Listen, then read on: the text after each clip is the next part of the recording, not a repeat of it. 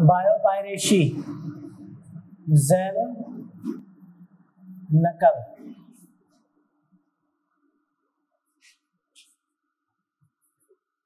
Biopiracy जैव नकल की बात कर लेंगे।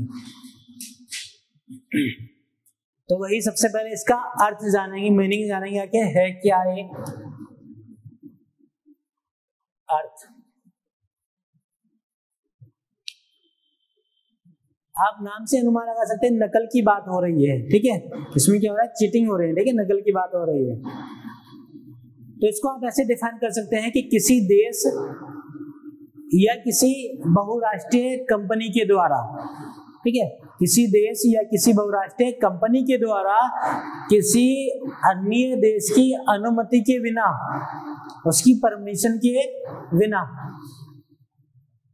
उस देश के स्थानीय जैविक संसाधनों को, स्थानीय जैविक संसाधन मतलब जैसे पेड़ पौधा हो गया और जंगली वनस्पति हो गई, इनका प्रयोग करता है, इनका वो प्रयोग करता है और उसका उद्देश्य व्यवसायिक है, या मतलब व्यवसायिक उद्देश्य को पूरा करना है, या फिर उनका प्रयोग कर रहा है और वो देश को क्षतिपूरक भुगतान नहीं दे रहा है, उसको बोलेंगे हम जैव नकल।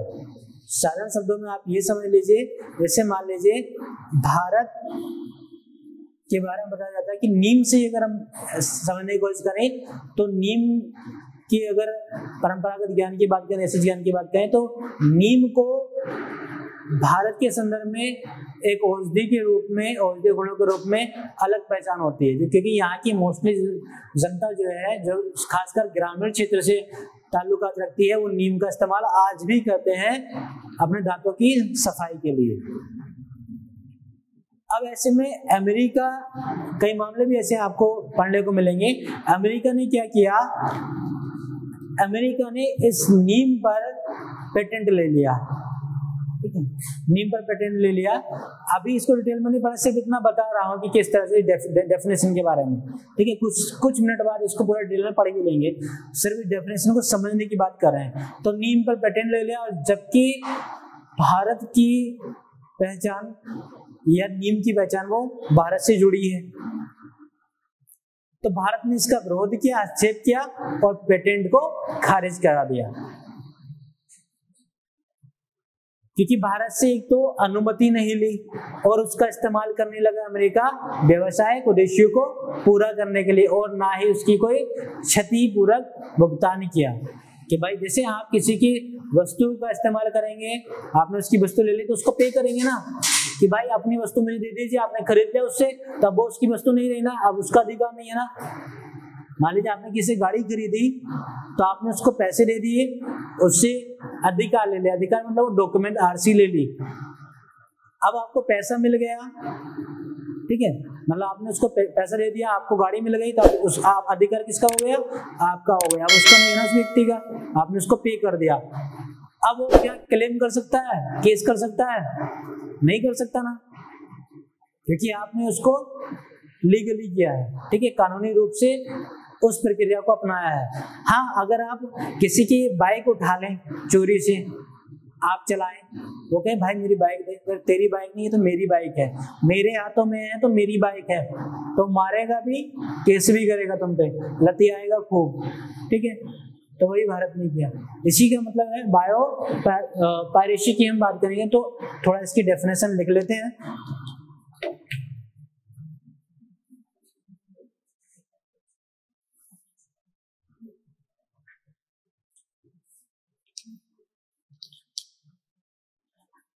तो आप बायोपायरेसी जैव नकल के बारे में लिख सकते हैं कि किसी देश या किसी बहुराष्ट्रीय कंपनी के द्वारा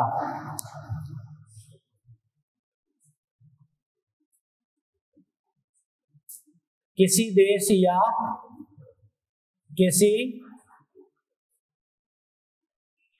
बहुराष्ट्रीय कंपनी के द्वारा, मल्टीनेशनल कंपनी के द्वारा, किसी देश या किसी बहुराष्ट्रीय कंपनी के द्वारा किसी अन्य देश की अनुमति के बिना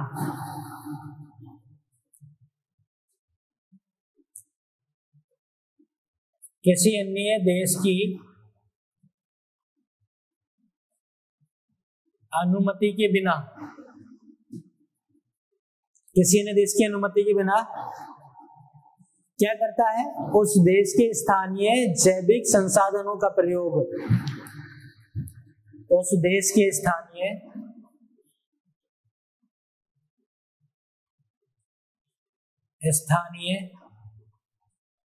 जैविक संसाधनों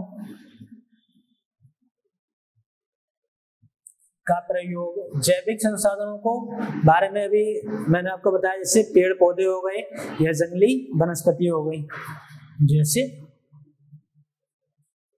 पेड़ पौधे और जंगली वनस्पति।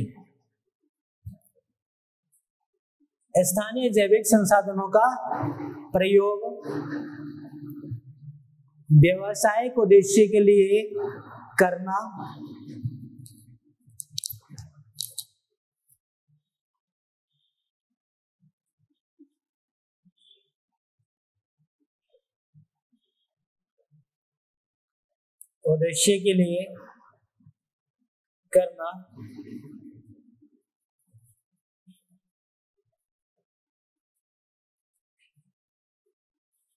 या उस देश को क्षतिपूर्वक भुगतान न करना।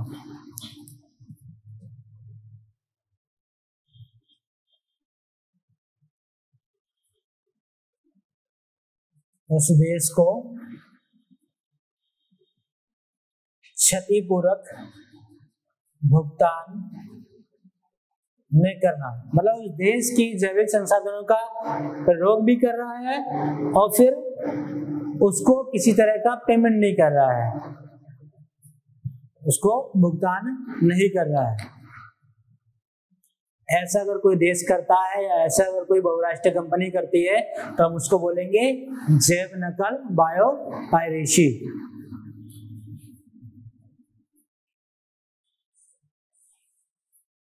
जैव नकल कहलाता है, जैव नकल कहलाता है।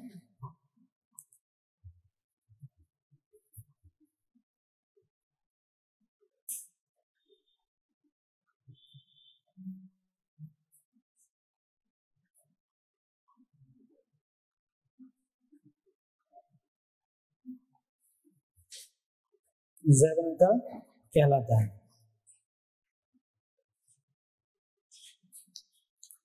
अब ये जो जैव नकल आखिर कौन करता है, इसका क्या कारण है, करने वाला कौन है जैव नकल को, और कारण क्या है, क्यों करता है। ठीक, तो यहाँ कारण की बात कर लेंगे। ठीक है, कारण और कौन करता है वो साथ साथ में जो हम पढ़ लेंगे, इसको समझ लेंगे।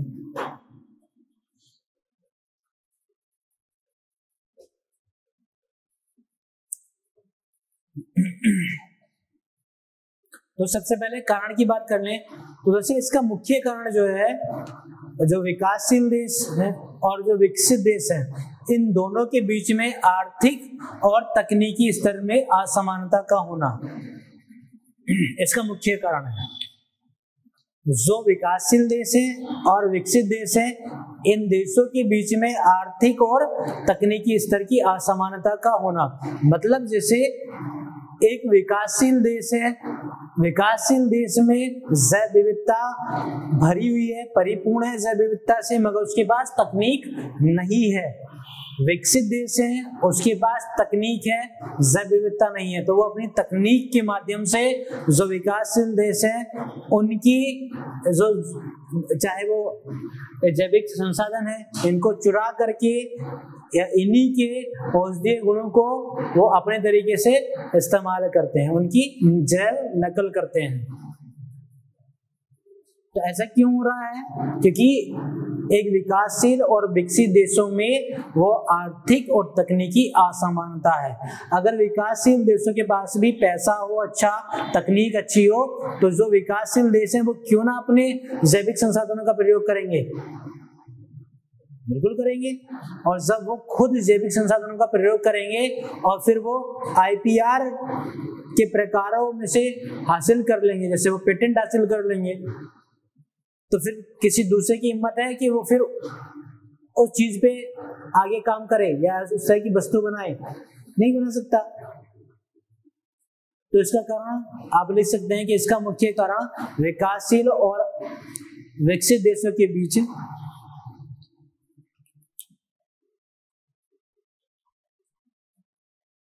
इसका मुख्य कारण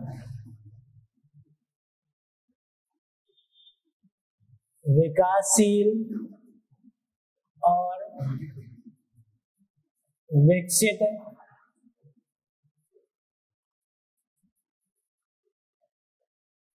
देशों के बीच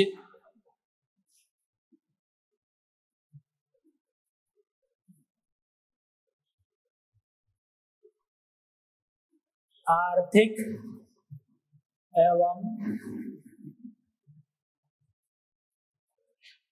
तकनीकी आर्थिक एवं तकनीक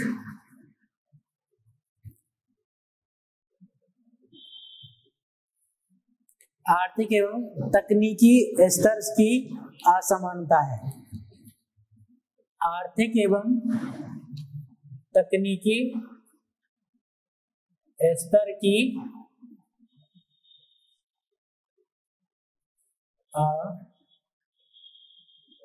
असमानता है। विकासशील देश जो है तकनीकी रूप से आर्थिक रूप से पिछड़े होते हैं, किसकी तुलना में?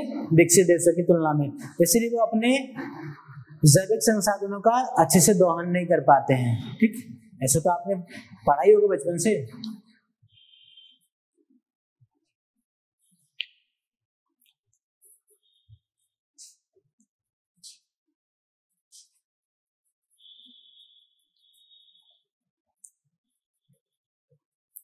तो इसके बारे में आप अगर लिखना चाहे तो ये भी लिख सकते हैं कि जैसे कि विकासशील देशों की बात करें, विकासशील देश हो या फिर वो अल्प विकसित देश हो, विकासशील देश या फिर अल्प विकसित देश, वो जैव विविधता और जैविक संसाधनों में समृद्ध होते हैं। ठीक है, उनकी उन देशों के पास जैव विविधता हो या फिर वो जैविक संसाधन हो, भरमार होती है इनकी। ठीक है, मगर क्या होता है, वो इन जैविक संसाधनों का, जैव विविधताओं का व्यावसायिक उपयोग करने में पिछड़ जाते हैं। क्यों? क्योंकि वो तकनीक का अभाव होता है या तकनीक की कमी से वो ग्रसित होते हैं। और जबकि विकसित देश क्या होते हैं? विकसित देश तकनीकी रूप से संपन्न होते हैं, इसलिए वो क्या करते हैं, जैव नकल में संलिप्त होते हैं, बायो पायरेसी में संलिप्त होते हैं। ठीक है, तो इसमें थोड़ा सा आप ओपन करके लिखना चाहते लिख सकते हैं, जैसे विकासशील और अल्प विकसित देश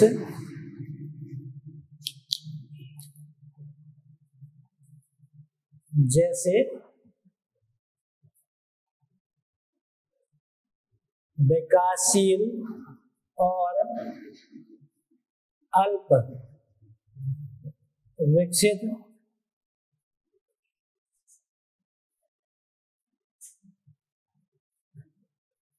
जैसे विकासशील और अल्प विकसित देश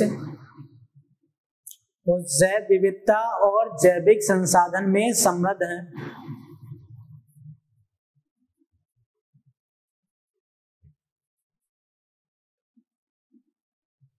जैव विविधता और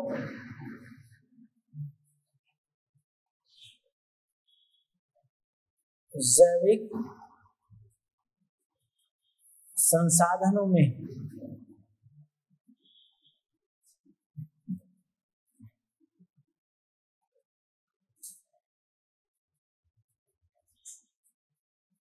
समृद्ध, जैव विविधता और जैविक संसाधनों में समृद्ध है।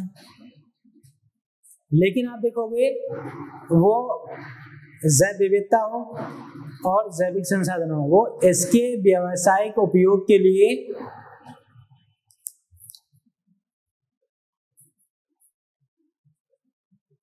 लेकिन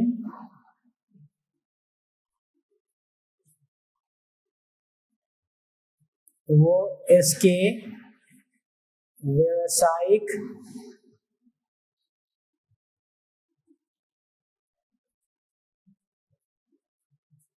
उपयोग के लिए, लेकिन वो इसके इसके किसके, वो जैव विविधता और जैविक संसाधनों के व्यावसायिक उपयोग के लिए तकनीकी रूप से पिछड़े हैं या तकनीक की कमी से ग्रसित हैं।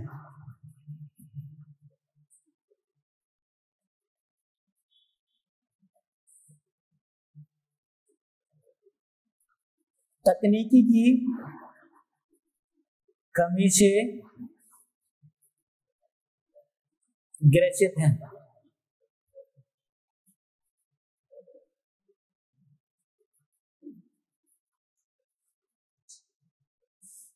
जबकि आप देखोगे तो विकसित देशों की अगर बात करें तो विकसित देश वो तकनीक से संपन्न है, जबकि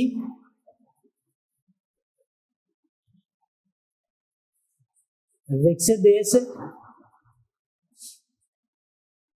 तकनीक से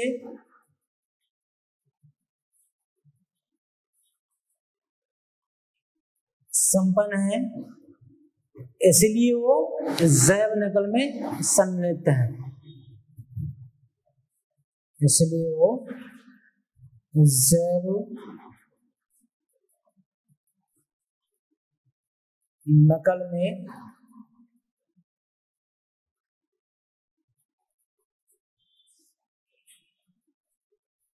सम्मिलित है।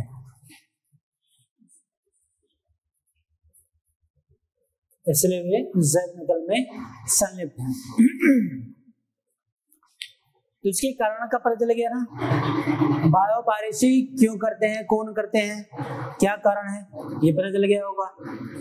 अब कुछ मामले देख लेंगे, ठीक है।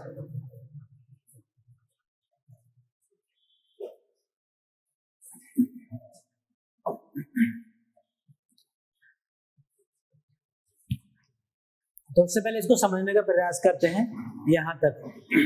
पहले देखेंगे हम बायोपायरेसी के अर्थ के और फिर कारण के बारे में जानेंगे, ठीक है। तो बायोपायरेसी जैव नकल के अर्थ की अगर बात करें तो किसी देश या फिर वो किसी बहुराष्ट्रीय कंपनी के द्वारा, किसी देश या किसी मल्टीनेशनल कंपनी के द्वारा किसी अन्य देश की अनुमति के बिना उस देश के स्थानीय जैविक संसाधनों, जैसे वो पेड़ पौधे हो गए या जंगली वनस्पतियां हो गई, इनका प्रयोग करता है किस उद्देश्य से, वो व्यावसायिक उद्देश्य के लिए, या उस देश को वो क्षतिपूर्वक भुगतान भी नहीं करता है, मतलब ये जबरदस्ती हो गया, ठीक है, नहीं करता है, इसी को हम बोलेंगे जैव नकल, बायोपायरेसी।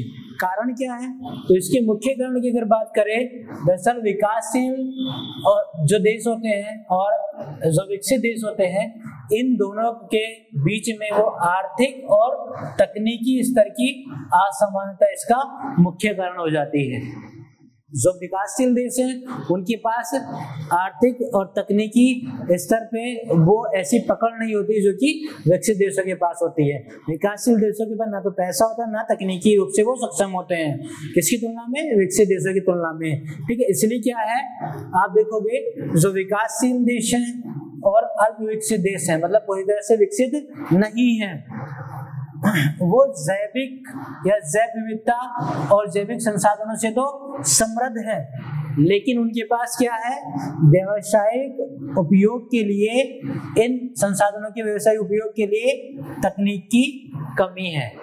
इस तकनीकी की कमी से वो ग्रसित हैं। और वहीं विकसित देशों की अगर बात करें तो वो तकनीकी से संपन्न है, उनके पास एडवांस टेक्नोलॉजी है, तकनीक से संपन्न है, इसलिए ये जो विकसित देश हैं वो जैव नकल में संलिप्त हैं, बायोपायरेसी में जुड़े हुए हैं, ठीक है, संलिप्त है। तो समझ में आ गया कि बायोपायरेसी क्या है, इसके कारण क्या है और कौन जो है बायोपायरेसी में संलिप्त है। ठीक, अब कुछ मामले देख लेंगे। ठीक है, क्योंकि हम पढ़ रहे थे आईपीआर, आखिर इसका महत्व क्या है। ठीक है, तो आईपीआर के बारे में जाना था पहले। ठीक है, फिर हमने ये दो जो है अपना पॉइंट डिस्कस किए थे। अब फाइनली कंक्लूजन पहले क्या है ना कि हमें जरूरत क्यों पड़ेगी बौद्धिक संपदा अधिकार की, इसकी बात जानेंगे कि नहीं। सब कुछ ठीक ठाक है, कोई दिक्कत नहीं, आज इसको क्लियर कर ही लेंगे। ठीक है, तो तेजी से इसका समझ लेते हैं। मुझे पता है आप लोग जो है समझ लेंगे तेजी से। पानी वानी पीने जा रहे हैं, थक गए आप लोग? हाँ, पानी आप लोग रखा करो। ठीक, तो ठीक है, अब कुछ मामलों को डिस्कस कर लेंगे। ठीक है, फाइनली हमें कंक्लूजन निकालना है कि हमें जो है बौद्धिक संपदा अधिकार की आवश्यकता क्यों पड़ी, वो बायोलॉजी बायोटेक के सेंस में, ठीक है, इकोलॉजी के सेंस में क्यों हमें जरूरत पड़ी। हमारा टॉपिक क्या था, आईपीआर था ना। तो अब देख लेंगे कि मामले, कुछ मामले की बात कर लेंगे। कुछ मामले की बात कर लेंगे।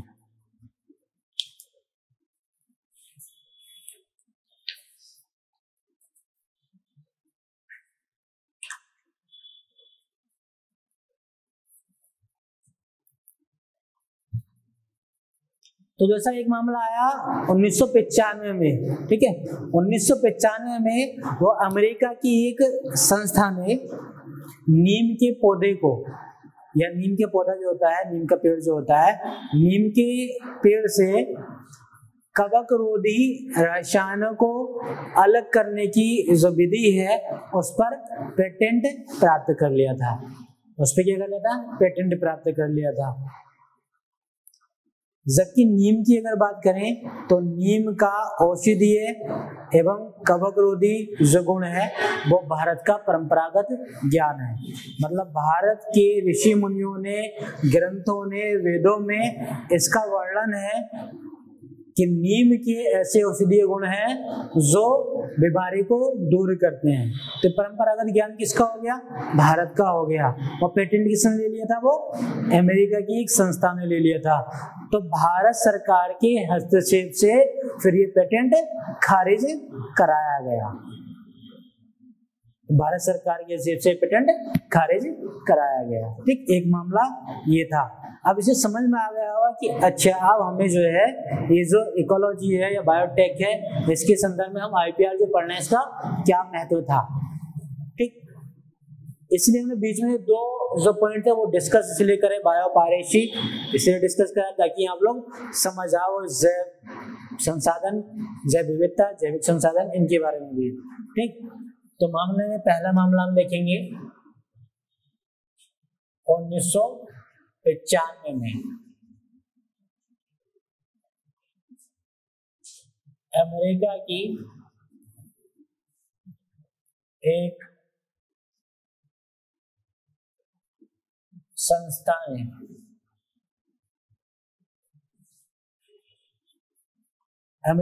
संस्था ने नीम के पौधे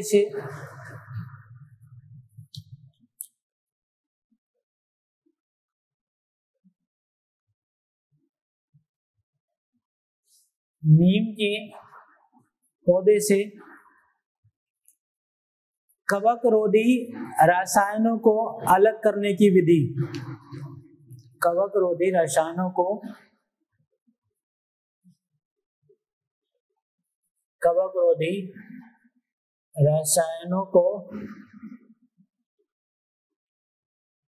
अलग करने की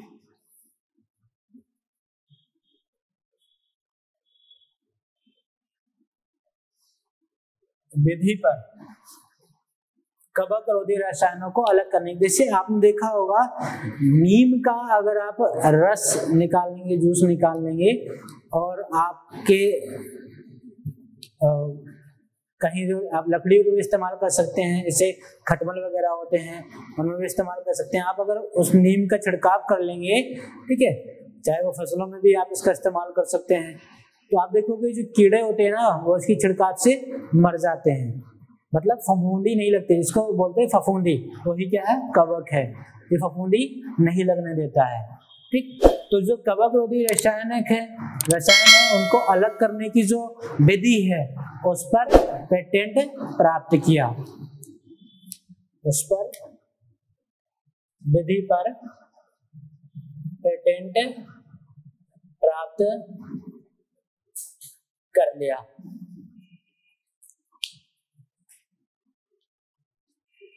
जबकि नीम का जो औषधि है, यहां पे आप लिख सकते हैं, जबकि नीम का औषधि है एवं कवक रोधी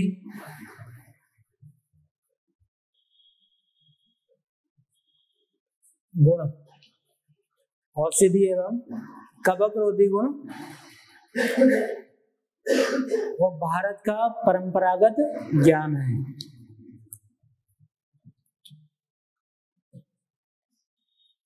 भारत का परंपरागत ज्ञान है। देखिए आजकल तो लोग क्या है, नीम के रस को ही मॉर्टिन की तरह इस्तेमाल कर रहे हैं, ऑल आउट की तरह इस्तेमाल कर रहे हैं, ऑल आउट की तरह इस्तेमाल कर रहे हैं। जैसे हाँ आपने सुना होगा, जिसको मिट्टी का तेल बोलते हैं ना, ठीक है, मिट्टी का, हाँ केरोसिन मिट्टी का तेल में वो नीम मिला देते हैं, नीम का रस मिला देते हैं, उसको मतलब बॉयल कर लेते हैं, पानी में भी ऐसा कर लेते हैं वो लोग, और उसको गर्म पानी में मिला करके फिर उसको छान लेते हैं, नीम का रस अलग निकाल लिया और वो मिश्रण जो सॉल्यूशन तैयार हुआ उसको फिर वो ऑल आउट में रिफिल कर दिया, मशीन में रिफिल कर दिया और मच्छरों को भगा रहे हैं। ये सब देसी नुस्खे हैं। तो इसमें जो परंपरागत ज्ञान है वो किसका था, भारत का था, और पेटेंट किसने ले लिया, अमेरिका ने ले लिया। तो भारत को बुरा लगेगा कि नहीं, बिल्कुल लगेगा। तो भारत सरकार के हस्तक्षेप के बाद से फिर इस पेटेंट को खारिज कराया गया।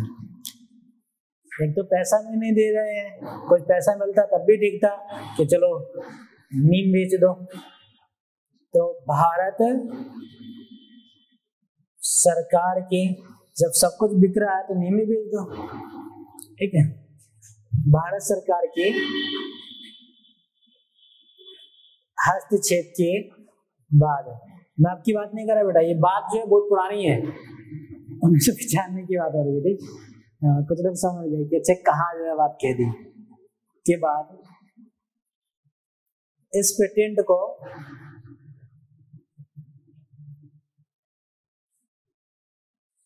खारिज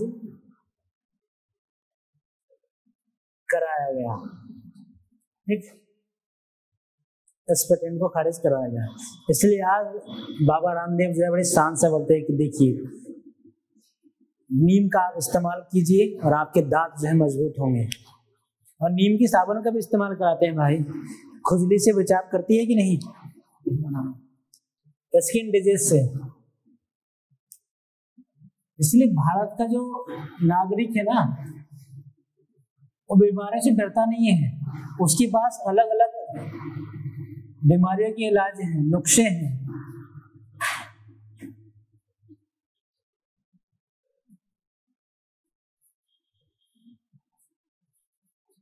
ठीक है, अब दूसरा मामला देखेंगे। दूसरा मामला कि ऐसी में अमेरिका ही ज्यादा नोटंकी कर रहा था कि वो भाई विकसित है। हल्दी की बातें हैं, कितने लोगों ने जो है जो हल्दी वाली क्रीम लगाई है, क्या नाम था उसका, विकोटर्मिक है, हाँ विकोटर्मिक, कितने लोगों ने लगाई है, ईमानदारी से बताएंगे। देखिए लड़की वाले क्रीम तो समझ, लड़कों के ज्यादा, सब लड़कों के हाथ उठ गए। हाँ वही चलती थी ना। अब तो मतलब उसका क्रेज कम हो गया। अब तो पुरुषों के लिए अलग आने लगी है, महिला के लिए अलग अलग क्रीम आने लगी है।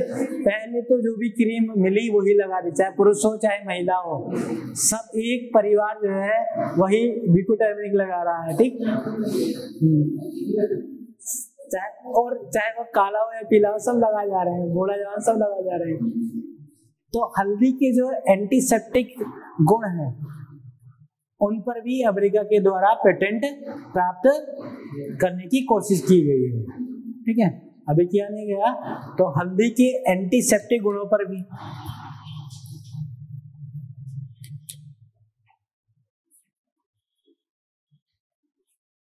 हल्दी के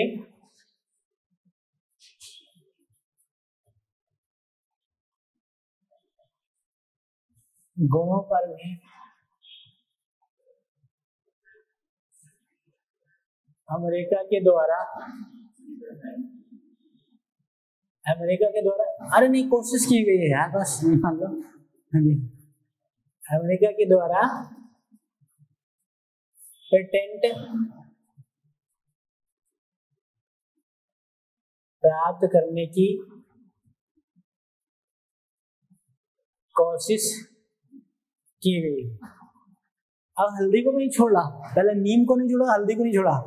ठीक, और बच्चा कुछ होता बासमती चावल में भी आ जाएगा।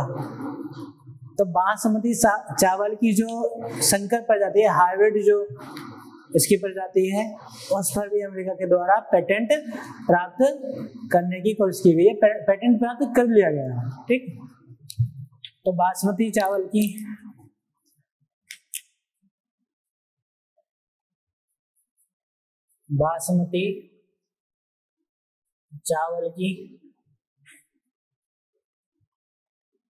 संकर प्रजाति पर भी अमेरिका के द्वारा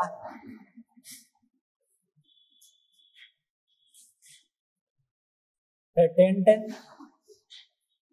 प्राप्त किया गया। अब सारे जो जैविक संसाधन है उसका श्रेय अमेरिका लेगा क्या? इसीलिए जरूरत पड़ी हमें आईपीआर की, बायोटेक के संदर्भ में यहाँ पढ़ने की और इकोलॉजी को के सेंस में इसको समझने की।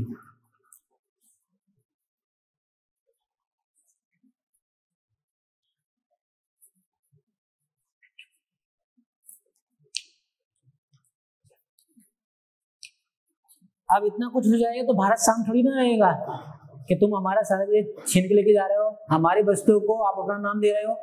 तो इसके लिए भारत ने क्या कदम उठाए, भारत सरकार के क्या प्रयास रहे ऐसे मामलों को रोकने के लिए। ठीक, तो उसकी बात कर लेंगे। तो तेज चीज को समझने का प्रयास करते हैं। मामलों को क्या समझना, आपने तो पढ़ ही लिया है, समझ लिया, मामलों को साफ कर दो, प्रयास पढ़ लेंगे। ठीक है, उसको समझ लेंगे। 1995 में अमेरिका की एक संस्था ने बताई देते हैं, नीम के पौधे से वो कवकरोधी रसायनों को अलग करने की विधि पर पेटेंट प्राप्त कर लिया था। और जबकि सभी लोग जानते हैं कि नीम का औषधि है और कवकरोधी गुण वो भारत का परंपरागत ज्ञान है। ठीक है, ऐसे में क्या हुआ, भारत सरकार ने हस्तक्षेप किया और हस्तक्षेप के बाद इस पेटेंट को खारिज भी करा। एक मामला ये था। दूसरा क्या है, हल्दी की एंटीसेप्टिक गुणों पर भी अमेरिका द्वारा पेटेंट प्राप्त करने की कोशिश की गई। तीसरा जो बासमती के चावल है उसकी संकर प्रजाति पर भी अमेरिका के द्वारा पेटेंट प्राप्त किया गया। तीनों मामले ऐसे। ठीक है, अब बात कर लें कि फिर भारत ने क्या किया, भारत सरकार के द्वारा क्या प्रयास किए जा रहे हैं। ऐसे में क्या है, इनसे पूछा था यार तुमने ऐसे कर दिया, कह रहे हमें पता ही नहीं था, ये अपने इंडिया में होता है क्या आपके यहाँ, हमें पता ही नहीं था बासमती चावल, हमें पता ही नहीं कि हल्दी जो है आपका परंपरागत ज्ञान है, हमें पता ही नहीं है। तो भारत ने कहा ठीक है बेटा, आपके ऐसी लाइब्रेरी खोलेंगे कि दुनिया जानेगी, दुनिया पढ़े हमारे भारत के परंपरागत ज्ञान के बारे में। तो भारत सरकार ने जो है डिजिटल लाइब्रेरी खोली जिसका नाम है TKDL। ठीक है, ट्रेडिशनल नॉलेज डिजिटल लाइब्रेरी की स्थापना 2001 में की कि अब पढ़ो बेटा, सारी चीजें हैं इसी में। भारत का परंपरागत ज्ञान है भरा हुआ इस लाइब्रेरी में, इस संग्रहालय में। हिंदी में इसको बोला जाता है पारंपरिक ज्ञान का आंकिक संग्रहालय। अब पढ़िए, इसमें इतना पढ़ना है, फिर मत कहना इसके बाद कि हमने पेटेंट ले लिया, सॉरी मत बोलना, ठीक है।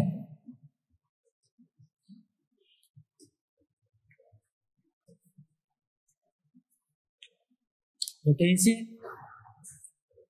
भारत के इस प्रयास को देख लेंगे। तो भारत सरकार द्वारा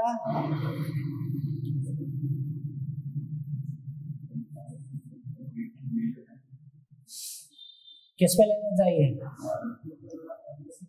भाई, कहां से ले लेंगे जब उसकी बात तकनीक ही नहीं है। किस पौधे को बता दें कि इससे जो है ऐसे औषधीय गुण इसमें कि इस बीमारी का इलाज करता है। यही तो अभी आपको बताया ना कि विकासशील जो देश है उनके पास तकनीक का अभाव है। और क्या भारत को आप विकसित समझ रहे हैं क्या? हाँ, तो ये है कि ग्लोबलाइजेशन को जब अपनाया गया तो तकनीकें आई, ठीक। और अभी भी क्या है, आपने देखा कि बायो प्रोस्पेक्टिंग के लेवल से अभी भी जो भारत की बायोडाइवर्सिटी है वो अभी बहुत दूर है, मतलब अभी भी हमने खोज नहीं की है, ये तो भी बड़ा है, ठीक। तो खैर जो कदम उठाए गए भारत सरकार के द्वारा उनकी बात कर रहे हैं, तो भारत सरकार ने TKDL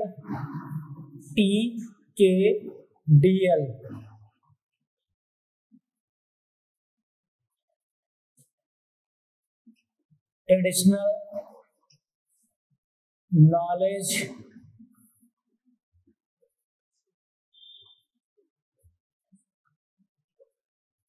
डिजिटल लाइब्रेरी 2001 में इसकी स्थापना की गई। हिंदी में इसको बोला जाता है पारंपरिक ज्ञान की आंकिक संग्रहालय। पारंपरिक ज्ञान का आंकिक संग्रहालय, पारंपरिक ज्ञान का आंकिक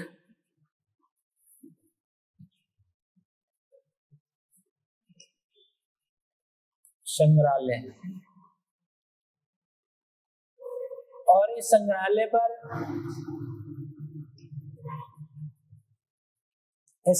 भारत सरकार ने वो भारत के जैव विविधता संबंधित परंपरागत ज्ञान को इस संग्रहालय पर, इस लाइब्रेरी पर भारत की जैव विविधता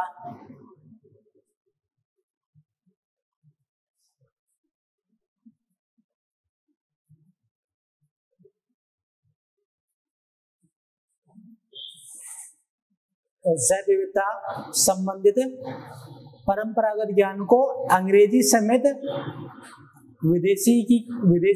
कई विदेशी भाषाओं में प्रकाशित किया, ठीक है। संबंधित परंपरागत ज्ञान को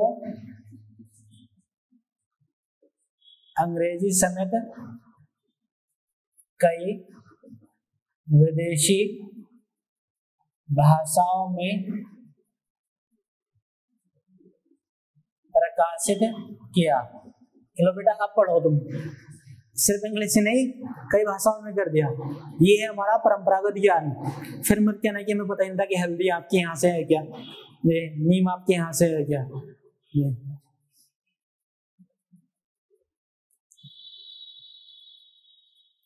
और इसमें स्पष्ट बताया गया है कि जो भारतीय परंपरागत ज्ञान पर आधारित किसी उत्पाद या वस्तु पर अन्य देश के द्वारा पेटेंट को प्राप्त करने की कोशिश को रोका जा सकता है। इसका उद्देश्य क्या हो जाएगा फिर, इसकी ये कहाँ मदद करेगा कि अगर कोई देश भारतीय परंपरागत ज्ञान पर आधारित किसी वस्तु या उत्पाद पर पेटेंट लेना चाहता है, ठीक है, लेता है तो उसको रोकने के लिए मददगार साबित होगा कि नहीं। ये नहीं कह सकता ना कि हमें पता ही नहीं था, अब पता है आपको पूरा, तो इंटरनेशनल कोर्ट में मामला जाएगा, खारिज हो जाएगा। जैसे अमेरिका का और नीम का पेटेंट जो है खारिज हुआ, ठीक। तो इसका अगर उद्देश्य लिखना चाहे तो उद्देश्य लिख लेंगे तेजी से। इससे क्या होगा, ये कहाँ फायदेमंद है, तो ऐसे में क्या होगा, भारतीय परंपरागत ज्ञान पर आधारित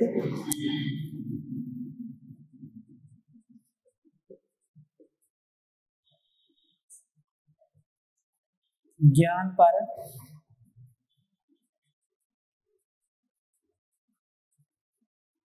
आधारित उत्पादों एवं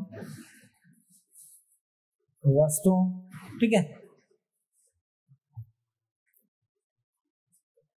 उत्पाद एवं वस्तुओं पर अन्य देश के द्वारा पेटेंट को रोका जा सकता है।